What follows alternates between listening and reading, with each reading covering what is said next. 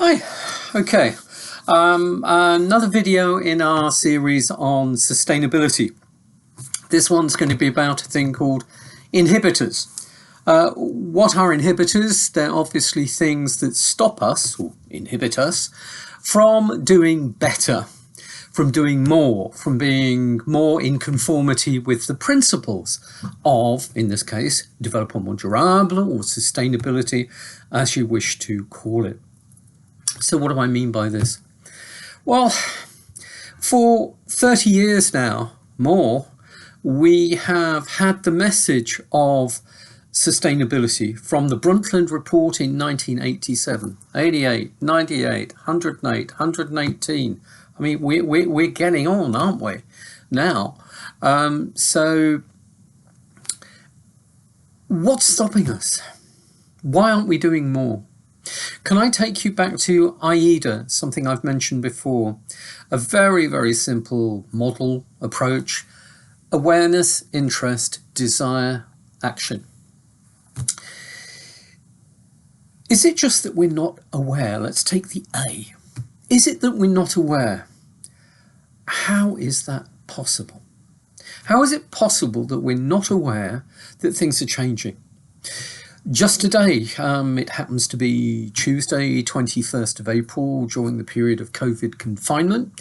Just today, I was looking at an article on the front page of the BBC News website, which showed pictures from all over India from exactly the same position before COVID and during the confinement, showing massive changes in clarity of air, etc.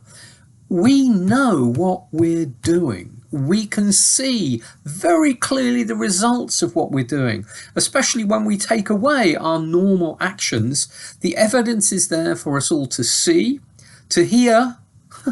I get up in the morning and instead of hearing road noise and trains and planes, I'm hearing birdsong. I'm not saying I haven't heard that before, but the volume of it is incredible. And that's been the predominant noise that the human race has heard throughout its existence, strangely enough. We are aware that we have an impact on the environment. We are aware that it is changing. We are aware that there are negative impacts in all of this. So awareness is much less of a question until you get people like Trump who seem to want to decry and deny the fact that many of these things are happening and they're very visible, or at least disband the forces and get rid of the budgets that could help fight against them. That's crazy. So if it's not the A in AIDA, is it the I? We are aware, but are we interested? To be interested, I mean, when I read CVs and covering letters and I see somebody who says, I'm really interested in this, I'm really passionate about that, my next thought is, okay, well, if you're interested, what do you do? And in many cases, the answer to that is nothing. So obviously there are degrees of interest. How strong is your interest? Enough to take the trouble to walk into the Merry and say, where is our local market? When does it take place? Who are the stall holders? Where do they come from? Enough to make you want to put back an item you've picked up in the supermarket because you're interested enough in it to know that when you look at the packaging, it's completely unreasonable. It's completely overdone. It's completely wasteful. Enough maybe to go to the accueil, to the reception desk, the service desk, and take the time to complain. So we may be aware, but does it just pass over our heads? Does it just miss our heart? For me, sustainability is more a matter of heart than head.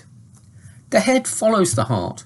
Or if you want to be somewhat direct about it, there was a certain American politician who said, when you've got them by the balls, their hearts and minds will follow. I mean, that is a ridiculous thing to say, but are people committed enough to transfer from being aware to being interested enough to let it impinge upon your own life? Interest. I'm now giving you another one. To impinge. Do you let it into your life? Do you give it house room? Do you give it opportunity to grow and to nurture it? I could take you outside at this point and show you that yesterday I planted a whole load of tomato plants out around our house, not in pots that I got and bought, but actually in dog food bags. 5 kilo dog food bags or 3 kilo dog food bags. We have a number of those every week for our dogs. So I'm thinking to myself, what do I do with these? And I've planted out my tomatoes in these as semi-giant pots, and they really, really work. And I saved some from last year, and they still work this year. Are you interested enough to spend time, energy, thought, ingenuity? Are you interested enough to apply yourself to the issue, to the subject, to the challenge?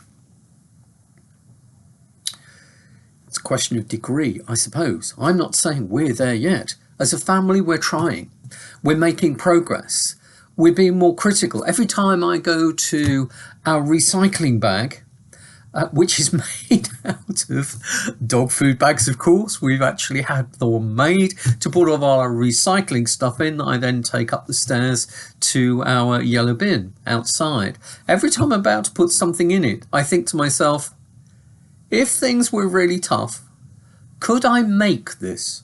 Should I be using it? Might I want it or need it in the future before I throw things away? It's becoming almost pathological now. As I said, I'm not there yet. We're a long way, but I'm beginning to give it house room in me and our families' lives and the decisions that we make about things. So there we go. So I'm aware, but am I interested enough to go to the next stage? Awareness, interest, desire. Just how interested do you have to be to actively desire to want to do something? Well, only you know. Are you aware, but just mildly interested? Is it too uncool to be a babacool? Don't look at me. Hair, beard, age, etc. I'm not the female babacool you're picturing, but I guess you're picturing somebody like me about my age, aren't you? Well, are you prepared to see yourself as a young version of that and not be ashamed about it? Be prepared to talk about it. Be prepared to introduce it into your conversation. If you're interested, you are. If you're frightened of being thought of as weird, you're not interested enough. So it's up to you. Only you, with your heart, can increase your level of interest in something. Only you can increase it to an amount which will propel you to spend the time necessary to do the research, to look a little bit further online, to not buy the first thing that you look at, to begin to look at where things come from in the supermarket or in the clothes shops. All of these things matter. Are you interested enough to desire? Okay, so you desire something, but do you desire it enough to want to do something about it, to change, to say, no, I'm not going to the supermarket. I'm going to change the way I do this. We've been buying meat from high street butchers rather than the supermarket for quite a long time. We've also been buying meat on the local market. During this period of confinement, we've learned a different lesson. And the lesson that we learned is that we don't actually want to be around the supermarket with an awful lot of people because we're somewhat older and have a lower immune system. It would be good if we avoided those numbers of people. So we chose to actually go to what in English we call the farm gate, to the seat of production or to small farm shops where maybe you've only got 2 or 3 people in the store altogether, but you're having things that are grown, slaughtered, sadly, produced, packaged, and sold, usually in the local area. In this case, we've been buying from a farm shop direct in Speckbach, which is about 5 kilometers from here, or we've been buying from another one, which in fact is in Belfort. It delivers here, so we don't have to go too far, but it's a farm shop. The prices are less than the major butcher prices, but the quality of the meat is unbelievably good. Even the kids have said so, so there's a measure of the success of that. So this has forced us to change things. We're now not just interested, we desire, and we will continue to do the next bit, which is to act. We've tested something, AIDA. We're aware, we're interested, we have a desire, and we're moving towards action. However, at all of these stages, there are things that can stop you, things that can hamper you, things that can hold you back. Lots of H's there. By the way, as an English teacher, can I just remind you, it's not ow, it's how. With H's, you have to feel it aspirate on your hand. Okay, so we are beginning now to move towards action. The only problem is that sometimes you're missing pieces of the jigsaw. Sometimes it's not within your gift. It's not available to you. There are many things where you can get up in the morning and say, damn it, I'm going to do this, not that. Fine. But what if you can't? You want to do something, you desire to do something, but it is going to cost too much. Where's the subvention, the subvention? Where's the grant aid assistance? Where are the prices going to, when are the prices going to come down and make it accessible to you? How do you find out about the information you need to make a sane decision? How do you know where things come from? How do you know at the end of the chain of production, distribution, packaging, marketing, shelving in the supermarket, how do you know what the life of the original producer is like? Look, let's just take you back little more than 150, 200 years. 85% of people were self-employed. 15% employees. Now it's the opposite. We're 85% employees and 15% self-employed. What difference does that make? Well, I'll tell you. Imagine for a moment that I'm a potter. At home, the kids managed to break a nice pot that I've made to hold the roast or whatever. I know exactly how much that costs, not in price, but in cost to time, effort, ingenuity, discomfort, risk, all of those things. I have to go down to the river. I have to get myself wet and dirty and cold, finding some clay that's appropriate. I have to stick it on my back and carry it home. I have to store it, water it, prepare it to be worked, and I have to work like heck to make the shape that I want, put it on my potter's wheel, form it with my very fingers to be the shape and the size that I want it to be, fire it. Perhaps it doesn't fire properly in the kiln, in the oven, and I have to redo it. I know when I put the piece on the table exactly how much it's cost me. Not just in terms of price, but in terms of everything else. Okay, here's a literary quote for you. Oscar Wilde said, in defining the cynic, a cynic is someone who knows the price of everything, but the value of nothing. In that example, the producer really knew the value of something, the effort, the time, the cost, the pain, the sweat, the risk. How do we know any of that when we go to buy something at the supermarket? I do not know how the farmer's life and his stock's life is going to be different because I choose this or I choose that. I don't know. It's very difficult to find out. Sometimes you need advice. You need support. You need access to finance. You need access to subsidies. But if you're like me, you're a teacher. I mean, I get up, I go to work, or I'm in front of my screen as I am with you now. But I don't know. It's not my speciality, so I don't know where those things are. And I need help. In some cases, those things are available. I know of one site in Alsace which gives a lot of information about the environment and sustainability, both to particuliers, as you would say, individuals, and to businesses. But it doesn't publicise itself very much because it doesn't have the resources to carry out the inquiries and to deal with the business that it would have as a free service if it actually publicised its existence. It kind of defeats the object, doesn't it?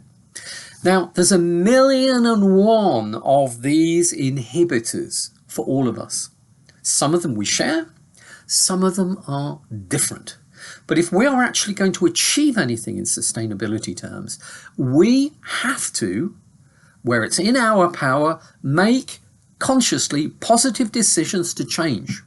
Where it's not, and we need help from elsewhere, we need to shout, we need to call, we need to ask, we need to vote to make sure that we get the support that we need to be able to overcome these inhibitors.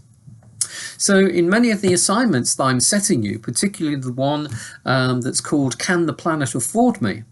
I'm asking you to look inward at yourself.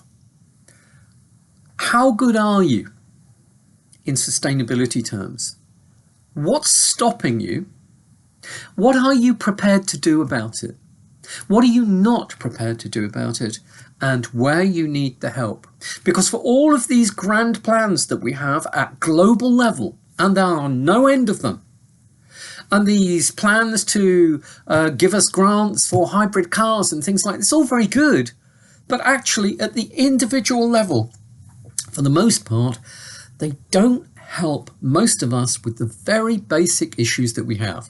One of the faculties, in fact, all of the faculties in which I teach at the university, I walk into a classroom and there is one bin.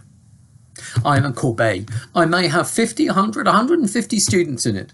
And they cannot do in the classroom what they do at home and have been taught by their parents and school to do the tri, the déchet tri, and to actually put recyclable things in here and non-recyclable things there.